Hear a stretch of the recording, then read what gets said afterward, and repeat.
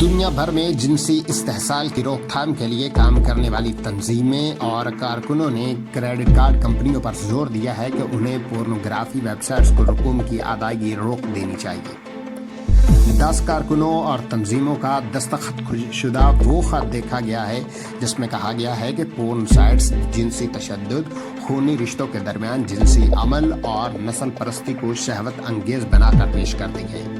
خط میں کہا گیا ہے کہ یہ سائٹس بچوں کے جنسی عمل اور سیکس ٹریفکنگ بھی دکھاتی ہے۔ اپنے رد عمل میں صفحے اول کی سائٹ پورن ہب نے کہا کہ اس خط میں نہ صرف معلومات غلط ہیں بلکہ یہ گمراہ کن بھی ہیں۔ وہ خط میں کیے گئے دعووں کی تحقیقات کر رہے ہیں اور اگر ان کے کسی صارف کی جانب سے کسی غیر قانونی کام کی تصدیق ہو جاتی ہے تو ہم اپنے نیٹ ورک کے ساتھ ان سائٹس کے کنیکشن کو ختم کر دیں گے۔ یہ پہلی مرتبہ ہے کہ 5 بر اعظموں میں جنسی استحصال کے خلاف کام کرنے والے کارکنوں اور تنظیموں نے مشترکہ طور پر دنیا کی بڑی کریڈٹ کمپنیوں کو پورن انڈسٹری سے متعلق خط لکھا ہے، جس میں ویزا، ماسٹر کارڈ اور امریکن ایکسپرٹس شامل ہیں۔ خط لکھنے والوں میں برطانیہ، انڈیا، یوگینڈا اور آسٹریلیا سمیت کئی دیگر ممالک کے کارکن شامل ہیں، جنہوں نے مطالبہ کیا ہے کہ پورن سائٹس کو رقوم کی ادائیگیاں فوری طور پر معطل کی جانی چاہیے۔ خط میں الزام لگایا گیا ہے کہ ان سائٹس پر موجود ویڈیو سے متعلق یہ معلومات معلوم کرنا ناممکن ہے کہ اس میں نظر آنے والے لوگوں کی مرضی شامل ہے، جبکہ ویب کیم کے ذریعے براہ راست نشر کیے جانے والا مواد تو لازمی طور پر پورنوگرافی کی ویب سائٹس کو سیکس ٹریفکنگ اور بچوں کا جنسی استحصال کرنے والوں کے لیے موقع فراہم کرتا ہے۔ برطانیہ میں قائم جنسی استحصال سے متعلق انٹرنیشنل سینٹر کی ڈائریکٹر نے کہا کہ حالیہ مہینوں میں ہمیں پورنوگرافی دکھانے والی ویب سائٹس کے نقصانات کے بارے میں عالمی سطح پر مختلف انداز میں آوازیں اٹھتی نظر آ رہی ہیں۔ بچوں کے حقوق اور جنسی استحصال کے خلاف کام کرنے والے لوگ مالیاتی اداروں سے اس بات کا بغور جائزہ لینے کا مطالبہ کر رہے ہیں کہ وہ کس طرح پورن انڈسٹری کو فائدہ پہنچا رہے ہیں اور یہ کہ وہ پورن انڈسٹری سے اپنا تعلق ختم کریں۔ پورنوگرافی کے سائٹس پر بچوں کے جنسی استحصال کی ویڈیوز کی مانگ کے بارے میں انڈیا چائلڈ پروٹیکشن فنڈ کی ایک رپورٹ اپریل میں شائع ہوئی۔ پورن سائٹس پر بچوں کے بارے میں ویڈیوز کی تلاش میں بڑا اضافہ ہوا ہے، خاص طور پر کورونا وائرس کے پھیلنے کے بعد لاک ڈاؤن کے دوران ایسی ویڈیوز کی مانگ میں اضافہ ہو رہا ہے۔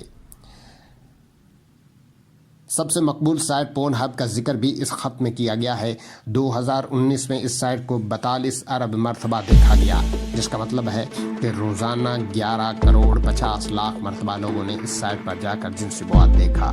گزشتہ برس پورن ہب زیر نگرانی آئی جب گرلز ڈو پورن کے نام سے اسے مواد مہیا کرنے والی کمپنی کو FBI کی ایک تفتیش میں شامل کیا گیا۔